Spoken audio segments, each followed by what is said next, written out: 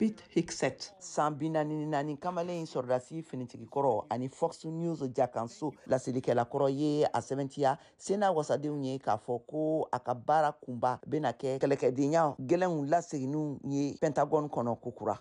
Donald Trump i n'a fɔ ne yɛrɛ an fila bɛɛ lajɛlen be Pentagon mafalen fangamaba min ka baara be sigi wulikajɔ sabatilenw sira gɛlɛnw tigɛlenw labɛnnenw de kan a banna.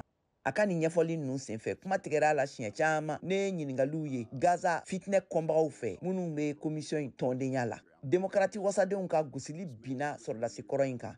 Hegseth dɔnniya minnu be i la tɛ se k'a to i ka kɛ l'Amérique lakana kotigi ye i tɛ se a jɔyɔrɔ kɔrɔ. Sénatrice Tammy Duckworth k'a fɔ la. A jɛɲɔgɔncɛ démocrate Jack Reed tun ye kunnafoni gɛlɛn dɔw laseliw kɛ minnu be kɛ i b'a fɔ kulola sɔmi Pete Hegseth kan. I n'a fɔ fitinɛ hakɛ sariyaw lagosili siraw nafolo sira labaaraliko juguyaw siya wolomaw ani danfaratigɛw cɛw ni musow minnu welelen bɛ jamana fɛ ka na lakana baaraw kɛ kan dɔlɔmin jugu ɲangata bilali musow ani cɛw fɛnɛ kan o n'a ɲɔgɔnna fɛn jugu caaman wɛrɛw minnu be se ka kumasi wuli bila mɔgɔw la. Pete Hegseth ye a yɛrɛ lafasa ni a sɛbɛntiyali ye k'a fɔ k'ale ye bonya da musolamɔgɔw fɛn min tun welelen don ka na sɔrɔdasi fini ta kan ko ni kumakan minnu filɛ nin ye tan ale yɛrɛ bolo ye lagosili de ye ka ɲɛsin l'Amérique sɔrɔdasiyaw hakɛw kan. Kumakan laban tolen be kulu ɲiningalikɛla ninnu bolo olu de be se k'a danatigɛ k'a fɔ ni Pete Hegseth kan ka segin ka na tuguni wasabulon kɔnɔ ka na ɲɛfɔli kuraw kɛ walima ka yamaruya di wasabulon ma u ka se ka jɔyɔrɔ nin labila Hegseth.